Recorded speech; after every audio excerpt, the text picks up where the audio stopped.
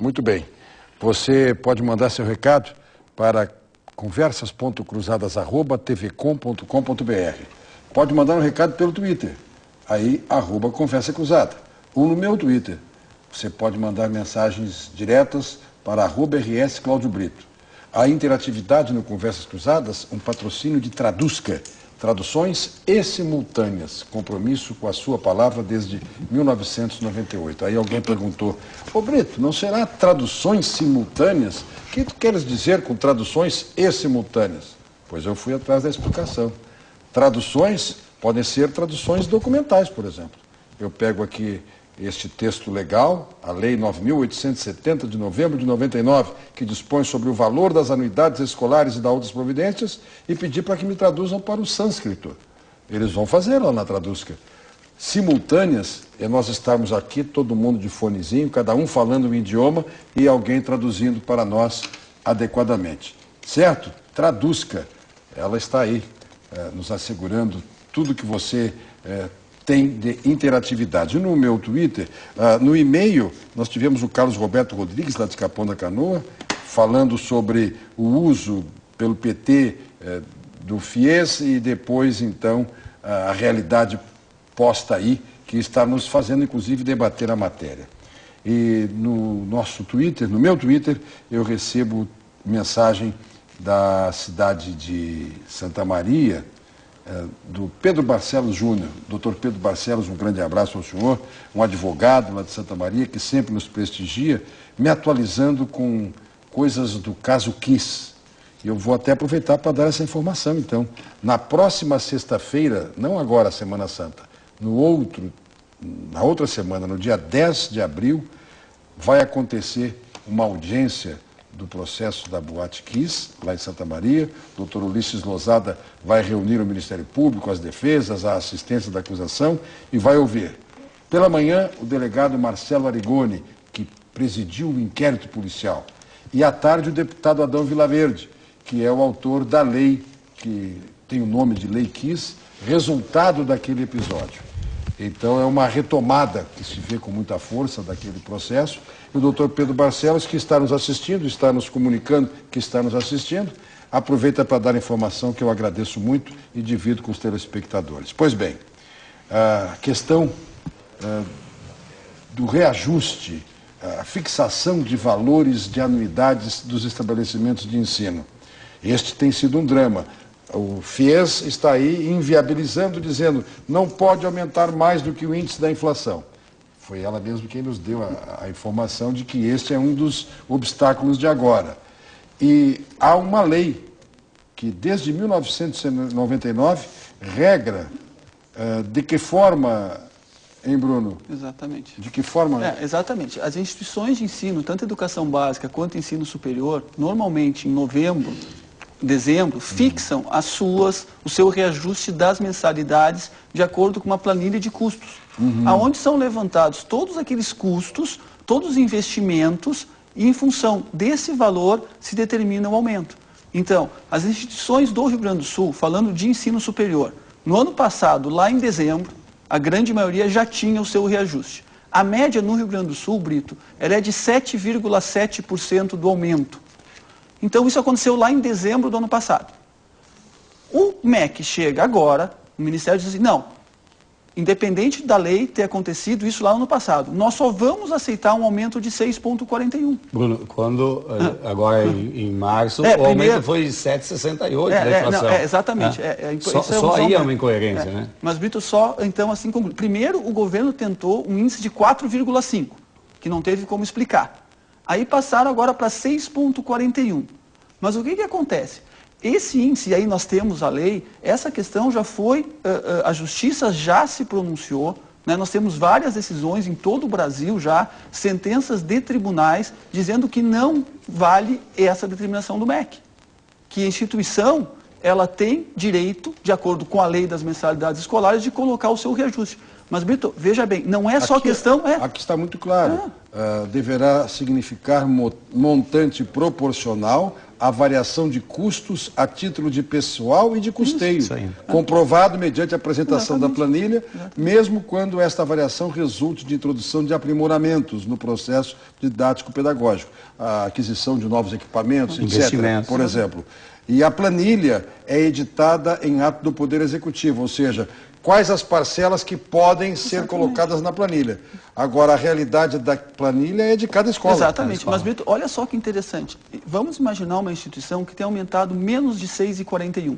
Mas o aluno, e vamos falar, quem estuda no ensino superior sabe, estuda por noite, por disciplinas.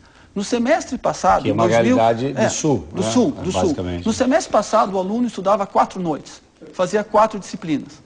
Esse ano, ele quer aumentar uma noite. Ele quer fazer 5 disciplinas. O sistema está entendendo que ele está tendo 20% de reajuste e não faz o aditamento também. Não é da mensalidade. Né? Então, olha só, mesmo as instituições que não aumentaram mais de 6,41, aqueles alunos que querem cursar mais disciplinas do que faziam no semestre também não estão conseguindo fazer o aditamento. Antes não era assim. Antes não era assim. Agora, então, o sistema não interpreta que ele, usando um direito, até porque ou sobrou mais tempo, ou tem melhor possibilidade, quer abreviar o curso, faça... Por exemplo, no caso da Unicinos, eu não sei se a Fevale tem, se a nossa Univates tem, os intensivos de verão, os intensivos nas férias. Exatamente. Por exemplo, enquadra no FIES? Enquadraria. O aluno que fez 5 disciplinas no segundo semestre do ano passado. Esse ano ele fez o curso de verão, ele não pode fazer 5 de novo, porque ele estaria fazendo 6. E o sistema vai entender isso como aumento. E antes não entendia. Não, antes a regra estava clara, né? Não tinha essa questão do limitador. O Bruno comenta também que várias ações na justiça se posicionaram contra isso, ou seja, conseguiram milimares, tem perdido, né? Literalmente tem perdido, recuperou uma e depois perdeu de novo, né, numa última instância. Então, esse é um fato consumado. Só que há subterfúgios nesse processo agora. Então, agora o aluno entra, faz a solicitação da renovação, só que quando ele vai fazer o processo dentro do site, tranca, né? Então, ou seja, ele não consegue finalizar todo o processo por problema do sistema, mas ele sabe que não é. Até parece que isso não é verdade, gente. Até parece o seguinte, olha... Gostaria que não fosse. Pois é, eu vou convidá-la, eu vou convidar vocês dois, o Igor, nosso produtor, vai fazer o convite e vocês vão dizer, olha, nós não temos nada a fazer no programa, porque está tudo bem, é só uma questão de TI. Então, vou contar uma história. É só tecnologia da informação. Posso contar uma história verídica. O Comung tem conseguido, o Comung junto com a BRUC, que é a Associação Nacional aí, das escolas, das universidades comunitárias, né, tem conseguido uma audiência quase permanente com o ministro. Numa dessas audiências com o FNDE, chegamos lá para a audiência, o assunto para ser tratado era mudaram o assunto no meio do caminho, mas tudo bem, não tem problema nenhum, e entrou esse assunto do processo. Aí eles nos propuseram lá a usar o sistema lá dentro. Por incrível que pareça, Brito, o sistema lá dentro não funcionou. O sistema lá dentro, ele não entrava o sistema lá dentro. Aí disseram, não, ok, então nós vamos montar uma sala, não sei se tu soube dessa história, uma sala técnica para atender as instituições que têm algum problema. Montaram a sala técnica. Nós mandamos técnicos para lá e as coisas não evoluíam lá dentro, Brito. Né? Então, no MEC, dentro do FNDE, que é o Fundo Nacional. É quem gera os recursos da educação hoje, está todo ele no fundo. É um belíssimo prédio em Brasília, tudo bonitinho, mas essas coisas parecem assim, que o corte, se ele não se deu por uma forma, que era a forma de limitar o aumento, limitar as vagas, ele está sendo dado por outro, né? Ou seja, ok, tudo bem, está liberado, mas tu não consegue fazer. Posso citar mais uma questão? Claro. As universidades ainda elas não sabem, por exemplo, quantas vagas tem. Por quê? Porque quem diz isso é o MEC.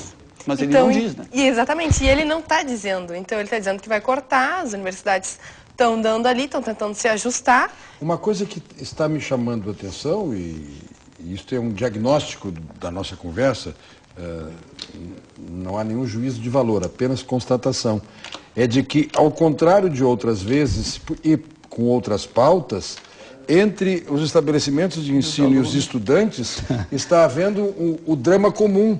Quer dizer, o adversário é o mesmo tanto para ti como para eles, que representam as escolas. Exatamente. Esta tem sido a mobilização? Tem. E a diferença Rio Grande do Sul e as entidades nacionais? Assim como as universidades têm distinção de forma de agir, inclusive na relação com seus alunos, aqui não tem ninguém sendo mandado para o Serasa. Mas como é que funciona em outros estados? Que notícias tu tens? Eu tenho, inclusive, lá de São Paulo, né, que os estudantes, inclusive um depoimento do estudante, é que ele falou que ele teria que fazer hora extra e trabalhar de madrugada para poder pagar o nome dele e tirar o nome dele do Serasa, pois ele fez o financiamento para o FIES. Então é um absurdo. Ele fez, interromperam,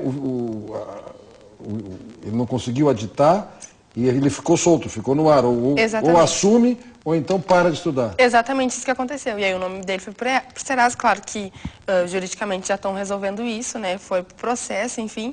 Só que o nome dele ainda está lá, inclusive de outros estudantes também está acontecendo isso. Então, a gente pode colocar aí a nossa posição é que está um caos geral, o MEC hoje está indo aí contra os estudantes, né? Está indo contra nessa questão do FIES. Então, ele não está dialogando. Ele colocou antes ali que, claro, poderia talvez se conversar os 450 pontos, poderia se conversar, poderia, mas ele não conversou e colocou goela abaixo, e hoje quem está sentindo isso é os estudantes. A gente tem mais de 1 milhão. Só lembrando, os 450 pontos é o score que eu tenho que ter no Enem para poder acessar o FIES. Para poder entrar no computador, isso aí.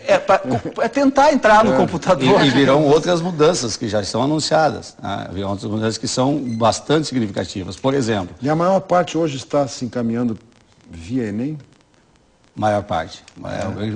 Foi quase 8 milhões de alunos que fizeram Enem no ano passado.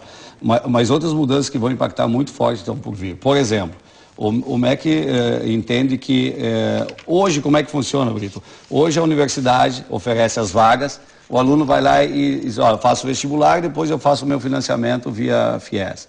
Como as vagas eram abertas, bastava atender os critérios que estava tudo bem.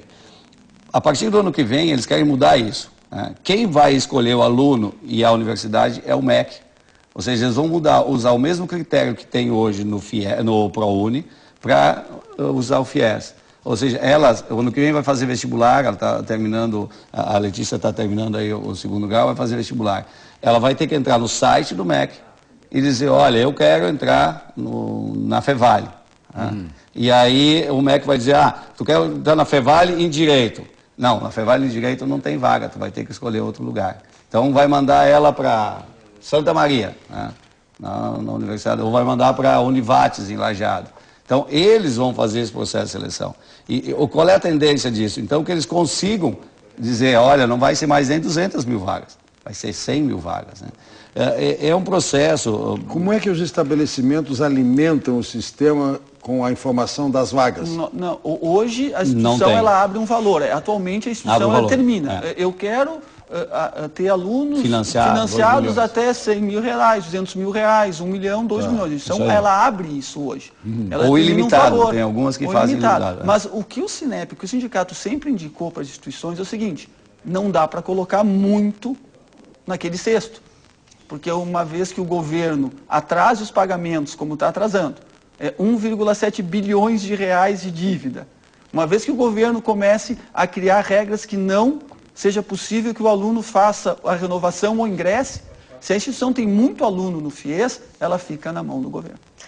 Eu tenho um exemplo, que é, inclusive, da minha mãe, ela ia fazer ciências econômicas, pagou, enfim, a matrícula, fez a prova, passou, e aí, quando ela foi, ela é uma dessas também, que foi cortada, exatamente, e foi os únicos cursos que abriram, foi a administração na Só me esclarece, cortada já tendo 1 ano, pelo menos, aproveitado isso?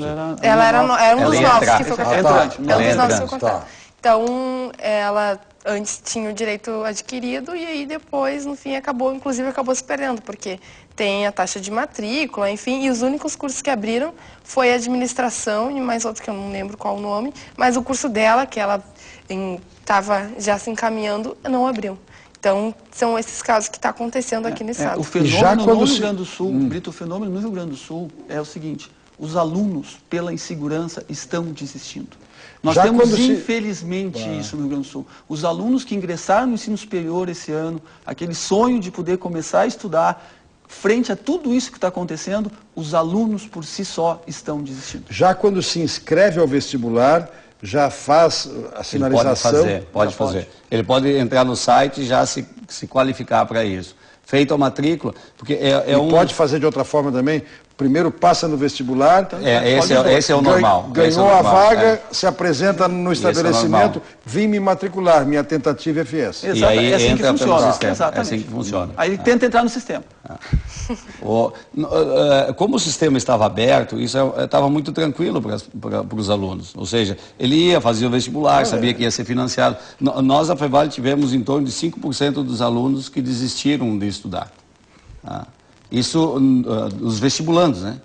Alunos que já tinham passado, que já tinham acessado a vaga, que estavam matriculados. Quando eles descobriram... O normal seria, por exemplo, chegar lá na Univates, chegar na FEVALE, chegar na Unicinos, enfim, na Uniriter, apresentar-se e... Bom, passei no vestibular, está aqui, já estou até com a cara pintada, sou bicho, e as minhas condições são as seguintes: eu vou usar o financiamento. Pois não, passe ali que ali está o totem. Um totem, papapá, com touchscreen. Brito, essa é a pátria educadora. Essa é a pátria educadora. Nós temos tecnologia para isso. Ou seja, aquele equipamento estaria alimentado com o ajuste da entidade de ensino. Da sua mensalidade. Olha, esta escola aqui terá tantas vagas para tais e tais cursos, pronto.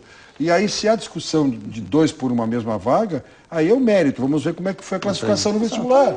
Claro. Correto? Acho que tu concordas com isso. O teu score no vestibular é a tua credencial. Sim. Ou o teu na verdade, eles acabaram garantindo uma vaga que hoje não existe, né? Que, enfim, não... Inclusive, o sistema ele ficou travado, né? Não abriu em janeiro. Janeiro e fevereiro inteiro. Então, por exemplo, esse exemplo que eu tenho não atingiu a média do Enem, então, por exemplo, já está descartado. Então, antes ela não sabia disso, que se soubesse não teria feito por esse método. Não teria nem feito vestibular, talvez. Agora tem nova regra, que é a regra dos 450 pontos, né? A gente, só dando o exemplo da FEVALE, a gente só não teve mais, Brito, desistências porque a gente tem outra alternativa de financiamento. Mas ela é mais cara para o aluno. Claro. Ela é mais cara para a instituição.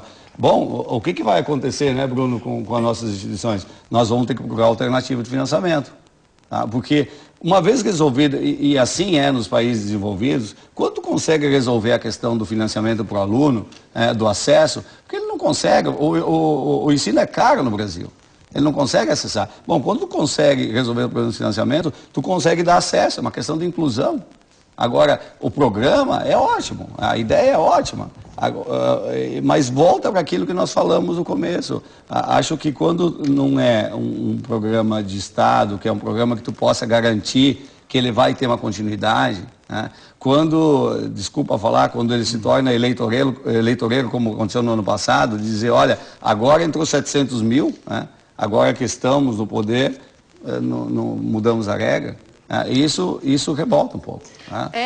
Esse governo veio como pátria educadora e, na verdade, está cortando o financiamento do FIES, cortou aí 7 bilhões de educação que estavam destinados para educação, foi para o superávit primário. Então, a gente está vendo aí que de pátria educadora não está tendo, na verdade. Muito bem, aí está a manifestação de uma jovem. Poderíamos, nesse programa... Eu não vou perguntar porque o sigilo do voto é garantia constitucional, mas eu não duvidaria que tu até tivesses votado neste governo, pelo teu perfil, por ser uma jovem, por esperar tudo isso, crer nisso tudo, e agora tu estás dizendo que estão te fraudando nesse aspecto. Não, na verdade, não votei nesse governo. Bom, tudo bem, aí a vontade de revelar é contigo. Eu também não. Quando eu falo em planejamento, né, Brito, talvez lá em 2010, quando pensaram, e se olhasse para a proposta dele, estava fadada mesmo a ter problema por causa do valor envolvido. Talvez pudesse ter pensado em alternativas para esse programa. Hoje é um programa muito bom, que financia a juros zero e até de graça, embora seja um financiamento, as licenciaturas... Não vai dizer que é zero. Mas as licenciaturas, dependendo do tipo de coisa que tu faz, é juro zero, ou não paga até, né, Bruno? É verdade. Tem essa questão. É exceção à regra. Exceção à regra, mas tem, está lá, né? Então eu diria que assim, é excelente, mas é 3,4% ao ano. Nada no Brasil é 3,4% ao ano. Porque quem define os juros é o governo também, né? E aí, se tu olhar 3,4% indiscriminadamente, tu cria um problema, porque tem aquele sujeito que vai dizer o seguinte, olha, eu vou guardar meu dinheiro na poupança e vou pegar um financiamento para estudar. Esse cara talvez não precise. Talvez no futuro ele vai ter 1 ano e meio, 2 anos de carência, com o dinheiro que ele guardou durante se é alguém organizado, o dinheiro que ele guardou durante a faculdade, só com o juro ele vai pagar a prestação depois. Esse cara não precisa. Talvez o governo tivesse que pensar, dizer, olha, vamos escalonar. Quem sabe para as pessoas mais carentes faz 3,4, para uma outra faixa faz 5, para uma terceira faixa faz 7. E aí tu consegue trazer todo mundo para dentro do sistema sem cometer essas distorções que acontecem hoje. Muitos dos alunos que na expectativa do governo, que era de trazer para dentro do sistema financiado, não aconteceu. Eles migraram, né, daquele aluno que tinha condições de pagar, né, migraram para um financiamento subsidiado do governo. Uma pergunta, Enem e vestibular, como é que nós estamos? O ingresso na universidade tem se dado com esses dois contingentes, em que percentuais? Depende do tipo de universidade. As comunitárias particulares têm adotado um nível menor de Enem. Têm ainda usado muito vestibular. Me parece que nós estamos ainda muito tradicionais nessa questão. A opção usa os dois. Acaba no mínimo uma prova de redação. A opção está pedindo. Tu dá para o aluno naquele momento. A opção é aberta, não tem um prazo limite? Não tem prazo. A universidade pode, o seu conselho universitário pode reunir-se e deliberar. Nós vamos dar 100% de aproveitamento ao Enem na nossa casa. Pode. Cada instituição tem a liberdade, aí tem a questão de cada. Mas hoje, para ingresso nas instituições públicas, né, nas universidades federais, basicamente é Enem. Hoje, quase nenhuma. A URGS é uma das poucas ainda. Santa Maria também houve uma dificuldade. No passado, né, que eles cancelou o vestibular na véspera. Há uma resistência aí ainda. Mas eu diria assim, ó, uma das poucas federais ainda, que ainda realiza vestibular, é a URGS aqui no Rio Grande do Sul. Por que tu preferiste o vestibular, pela informação que eu tenho, tu está se preparando para o vestibular, tu mesmo disseste que vai fazer cursinho e tudo mais? Já faço cursinho para vestibular. Na verdade, a gente defende que deveria ser integrada ao Enem, né? Como acontece em todo o país. A gente entende que hoje, por exemplo, o vestibular da URGS é um vestibular decoreba, enfim, que a maioria quem entra é quem vem de escola privada ou quem faz cursinho, né? Então, eu estou fazendo pelo fato de que eu consegui uma bolsa para financiarem lá, então hoje eu faço por causa disso, senão também não teria condições. Mas a gente acha que deveria ser via Enem, né? Inclusive, acho que, não sei se vocês conseguem me corrigir, nessa quinta, amanhã, ou na outra quinta, ia entrar em votação lá na URGS para ver se iria ter mais vagas via Enem. Olha, ou se ia ser 100%. Só para ter uma pequena divergência, é que nós estamos concordando em tudo, Brito. A gente não pode concordar com o Enem da maneira que é feito. E eu preciso dar um dado, que lá em Manaus, na Universidade Federal de Manaus, não entra um aluno, porque entra só através da nota do Enem, que é em todo o Brasil.